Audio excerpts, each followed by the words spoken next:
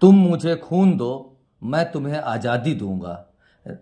नारा देने वाले नेताजी सुभाष चंद्र बोस, जिनके बारे में सरोजिनी नायडू ने देशभक्त की ज्वलंत तलवार कहा और महात्मा गांधी ने सुभाष चंद्र बोस को देशभक्तों का राजकुमार कहा। सुभाष चंद्र बोस ने द इंडियन स्ट्रगल तथा इन इंडियन पिलग्रिम्स नामक पुस्तक लिखी। सुभाष चंद्र बोस और आज़ाद हिंद फौज पर पुस्तक द स्प्रिंग टाइगर लिखने वाले लेखक टू हुए थे। नेताजी सुभाष चंद्र बोस का जन्म 23 जनवरी 1897 को कटक, उड़ीसा में हुआ था। इनके पिता का नाम जानकी नाथ और इनकी माता का नाम प्रभावती था। 15 वर्ष की अवस्था में स्वामी विवेकानंद तथा रामकृष्ण परमहंस ने सुभाष चंद्र बोस को बहुत अधिक प्रभावित किया। 1919 में सुभाष आईसीएस की तैयारी करने के लिए सिटी ऑफ कलकत्ता जहाज से इंग्लैंड गए। तत्पश्चात 1921 में आईसीएस की परीक्षा उत्तीर्ण कर त्यागपत्र देने वाले सुभाष चंद्र बोस पहले व्यक्ति थे। 1921 में सुभाष महात्मा गांधी से उनके आवास लेबरनम सड़क पर मुंबई में जाकर मिले। उसके बाद कलकत्ता पहुंचकर उन्होंने सीआर दास को अपना राजनैतिक गुरु स्वीकार किया। 1921 में सर्वप्रथम बोस को 6 महीने की सजा हुई तथा उसके पश्चात उन्होंने 11 बार कारावास की सजा की यातना भोगी। प्रिंस ऑफ वेल्स के आगमन पर 1921 में सुभाष सीआर दास के साथ जेल गए, जहां उन्होंने ए हिस्ट्री ऑफ इंडियन नेशनलिज्म लिखने में सीआर दास की मदद की। 1925 में सुभाष चंद्र बोस को कलकत्ता के नगर निगम का सचिव सीआर दास ने बनाया। 1929 में वे पहली बार कलकत्ता के मेयर चुने गए। 25 अक्टूबर 1924 को बोस दूसरी बार गिरफ्तार हुए और उन्हें जेल भेज दिया गया। इस बार उन्हें वर्मा के मांडले जेल में भेजा गया। 16 मई 1927 को वो वहां से रिहा कर दिए गए। 1927 में इंडिपेंडेंट लीग का गठन किया तथा 1927 में ही सुभाष चंद्र बोस ने धारा सभा की असेंबली का चुनाव लड़ा। सुभाष चंद्र बोस ने 1928 में कलकत्ता में नेहरू रिपोर्ट में औपनिवेशिक स्वराज से संबंधित प्रस्ताव का विरोध किया। 1938 में सुभाष ने हरिपुरा के कांग्रेस अध्यक्ष बने और 1939 में सुभाष चंद्र बोस ने फॉरवर्ड ब्लॉक की स्थापना की। 1940 में इनको गिरफ्तार कर घर में ही नजरबंद कर दिया गया। 17 जनवरी 1941 को सुभाष अपने घर एलिगिन रोड से कार से रात में बाहर निकले। उस समय कार का ड्राइवर इनका शरद चंद्र बोस थे। मोहम्मद जियाउद्दीन नाम से सुभाष अपने मित्र भगत राम के साथ बीमा एजेंट बनकर पेशावर पहुंचे, जहां उनका स्वागत मियां अकबर शाह ने किया। पेशावर से काबुल तक का सफर सुभाष ने जियाउद्दीन पठान बनकर किया और काबुल में उनका मित्र उत्तम चंद्र महलोत्ता था।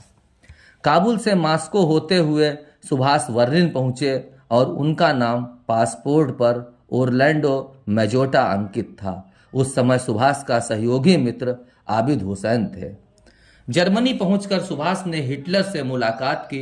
हिटलर ने सबसे पहले सुभाष चंद्र बोस को नेता कहकर संबोधित किया। जर्मनी में सुभाष चंद्र बोस ने फ्री इंडिया सेंटर स्वतंत्र भारत केंद्र की स्थापना की और जर्मन विदेश मंत्री बोन रिबनट्रोप की ने इनकी मदद की। इनके भारतीय सदस्य ACN Nambiar Mukherjee, doctor MR व्यास थे। व्यास आज़ाद हिंद रेडियो, आज़ाद मुस्लिम रेडियो, राष्ट्रीय कांग्रेस रेडियो का दैनिक प्रसारण करते थे। आज़ाद हिंद रेडियो का प्रसारण अक्टूबर 1941 में 7 भाषाओं में प्रारंभ हुआ, जिसका संचालन डॉक्टर गिरजा के मुखर्जी करते थे। सुभाष चंद्र बोस द्वारा स्थापित स्वतंत्र भारत केंद्र के लड़ाकू विमान में भारतीय सैन्य दल के रूप में हुई, जिसका ध्वज तिरंगे के मध्य उछलता हुआ सिंह था।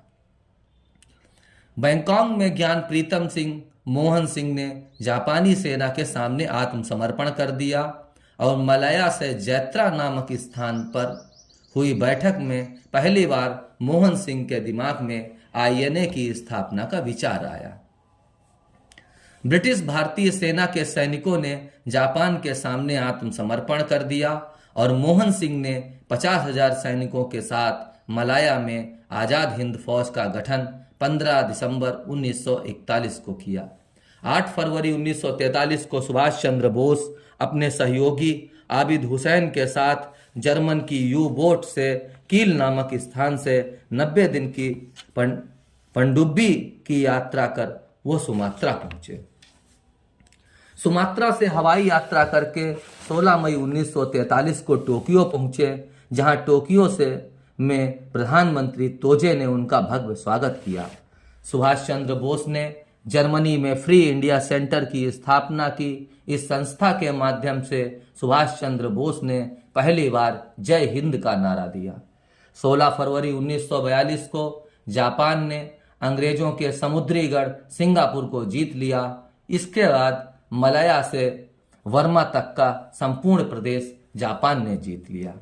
इसी समय जापान में उपस्थिति रास बिहारी बोस 28 मार्च 1942 को मलाया से वर्मा तक रहने वाले भारतीयों को बुलाकर एक सम्मेलन टोक्यो में आयोजित किया। जून 1942 में रास बिहारी बोस ने बैंकॉक थाईलैंड में इंडिया इंडिपेंडेंट लीग का सम्मेलन बुलाया तथा 7 जुलाई 1942 को रास बिहारी बोस ने आजाद हिंद फौज की कमान सुभाष चंद्र बोस को सौंप दी। उन्होंने उन्हें सर्वोच्च कमांडर घोषित किया। यहीं पर सुभाष चंद्र बोस ने तुम मुझे खून दो मैं तुम्हें आज़ादी दूंगा इसका नारा दिया और उन्होंने दिल्ली चलो का भी नारा दिया। 21 अक्टूबर 1943 को सुभाष चंद्र बोस ने सिंगापुर में स्वतंत्र भारत का अस्थायी सरकार का गठन किया, जिसमें एच.सी. चटर्जी वित्त मंत्री, एम.ए. अय्यर प्रचार मंत्री और लक्ष्मी स्वामीनाथन स्त्रीय विभाग की मंत्री थीं। 6 नवंबर 1943 को जापानी सेना ने आजाद हिंद फौज को अंडमान और निकोबार 2 द्वीप समूह सौंप दिए। सुभाष चंद्र बोस ने इनका नाम शहीद और स्वराज रखा।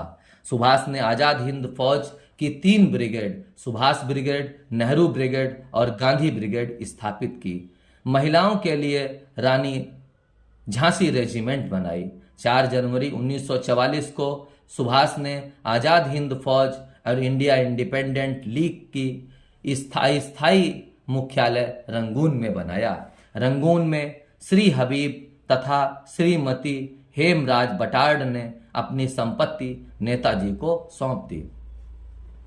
आईएनए की सेना में सबसे पहले अरकान पर विजय प्राप्त की, फिर बर्मा की सीमाओं को पार कर भारतीय क्षेत्र कोहिमा और नागालैंड में उन्होंने घेरा डाला। 22 सितंबर 1944 को सुभाष ने शहीद दिवस मनाया और 6 जुलाई 1944 को रंगून से सुभाष ने आजाद हिंद रेडियो का प्रसारण पर कहा कि भारत की स्वाधीनता का आखिरी युद्ध शुरू हो चुका है। राष्ट्रपिता भारत मुक्ति के इस पवित्र युद्ध में हम आपका आशीर्वाद और शुभकामना दोनों चाहते हैं। पहली बार सुभाष चंद्र बोस ने महात्मा गांधी के लिए राष्ट्रपिता शब्द का प्रयोग किया। 1942 में सुभाष चंद्र बोस ने एमली साइकिल जर्मन महिला से जर्मनी में विवाह किया, जिससे उनकी पुत्री अनीता का जन्म हुआ। 18 अगस्त 1943 को कर्नल हबीबुर रहमान के साथ में विमान यात्रा में फोर्मोसा द्वीप ताइपे के पास विमान दुर्घटना में सुभाष चंद्र बोस की मृत्यु हो गई। धन्यवाद।